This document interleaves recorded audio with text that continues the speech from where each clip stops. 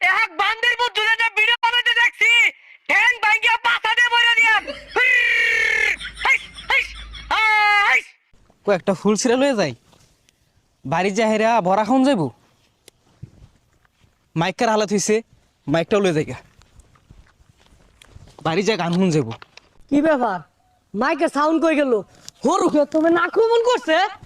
ওই কেরা রে কোন বান্দির মত আছে আমার হরুকে তো গাইরে হাইলিয়াম কিন্তু ভিডিওটা ভালো লাগলে অবশ্যই লাইক কমেন্ট সাবস্ক্রাইব করবেন